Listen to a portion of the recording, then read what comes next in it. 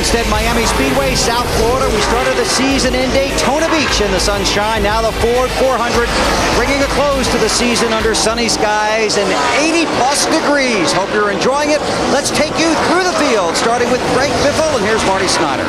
At the end of this race, Bill, Greg Biffle told me he's headed south to go fishing for a while. The man deserves a vacation. By starting this race, he became the first man ever to start all the Busch Series races and all the Cup Series races in one season. By the way, the car just about perfect. Matt? Jeff Gordon on a drive for 5 championships, also on a drive to score his first race victory in Nextel Cup here at Homestead. This is one of 4 racetracks that he's yet to finish in victory lane. He was losing time in traffic, Bill, but once he got clean air, he's back on the move. Kurt Busch in the 97, calm and cool on the radio. Car is just a little tight. They have talked about a track bar adjustment. Now Kurt also talking to Jimmy Fettig about the possibility of an air pressure adjustment. In the 12 car behind him, Ryan Newman, the car is a tick loose in, tight in the center. He's also got some damage to the skirt on the lower left front of that car.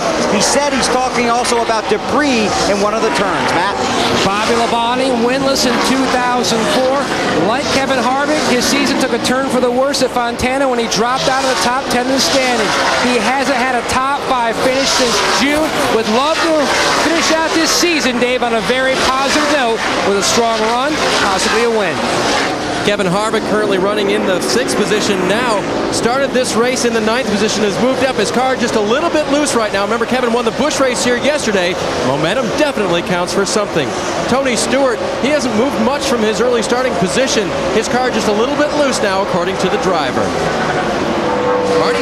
Dave, Casey Kane continues his fantastic rookie season. He's finished 5th in the last 3 races. If he can do that today, he will break Ryan Newman's record for most top 5s in a rookie season. Car just a little bit tight right now. Rusty Wallace running his next to last NASCAR Nextel Cup season. Car a little bit too tight for Rusty Wallace, but he's been strong here late in the season with 3 top 11 finishes in the last 4 races. And Ricky Rudd's season has been revitalized since Michael McSwain came on board, currently running in the 10th position with a race car that is a little bit tight. Dave?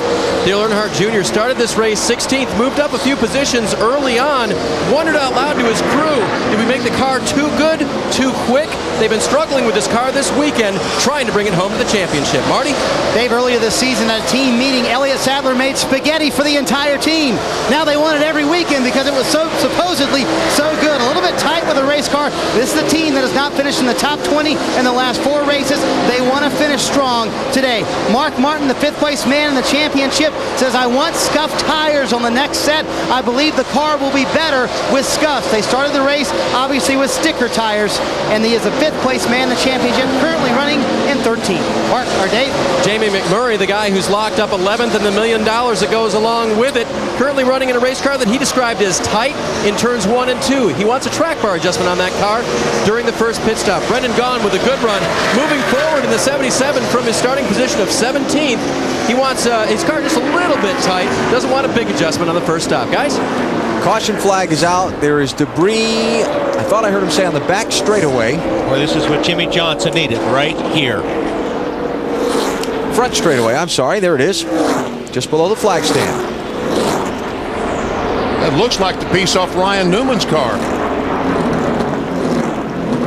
And so this is the 3rd yellow flag. And it is. And he's going to bring everybody to pit road. Oh, man. All right, guys. Pressure's on you now. I like what you were talking about earlier too, Wally. Big break for Jimmy Johnson. He's moved through the pack to 17th. Now his crew, and we know to be excellent, gets a chance to get him a couple more spots. I bet they do. Jimmy Fennick trying to get the lay of the land here to know how many pit boxes away to count his driver in. You always hear him on the radio, 5, 4, 3. And I tell you what, he doesn't have to look too far to see what the 48 car is doing, does he? Got an access road on the inside of the turns that they use to come into and off of pit road and rejoin the racetrack. That's where they are now. Yeah, that's great under yellow, but it gets pretty exciting when you got to make a green flag pit stop there. Yeah, because right now they're traveling about 45 miles per hour, which is pit road speed limit. And on the green flag, you can go as fast as you can. As you dare, that's better. Lap 49, first stops. Go ahead, Marty.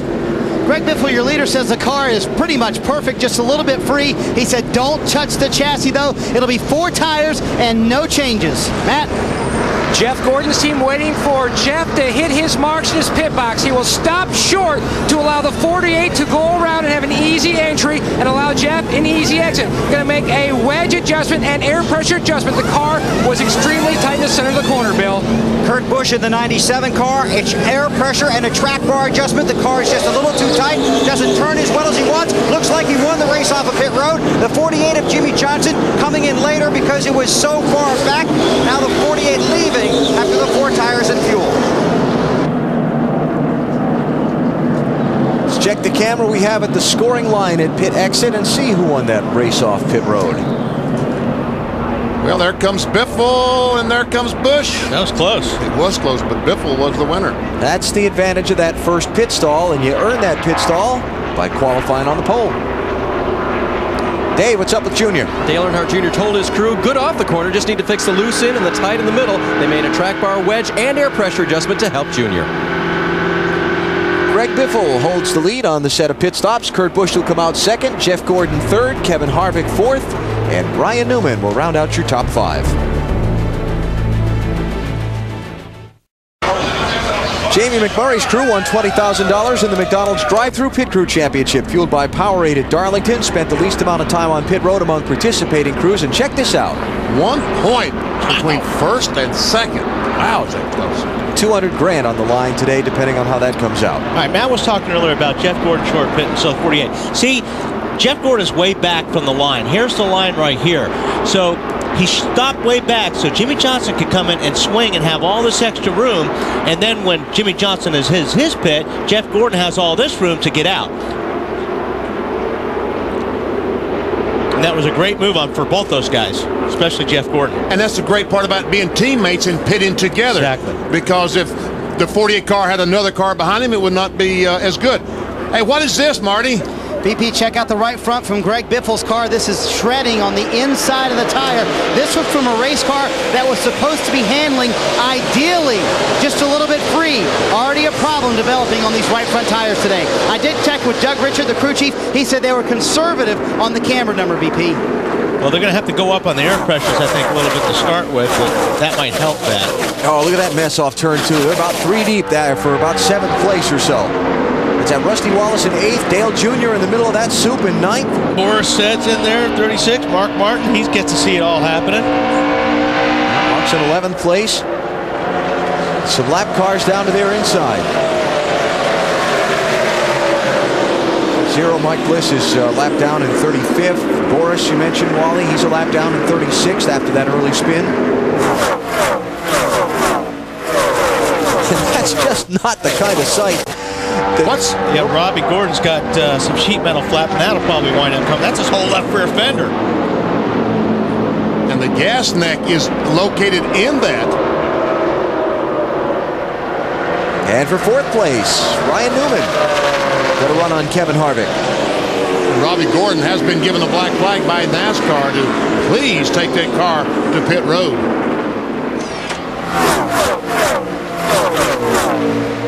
People wonder where debris cautions come from.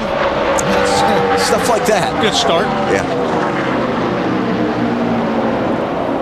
So Ryan Newman up to 4th, ahead of Kevin Harvick, and now closing Tony Stewart. You see in the orange car.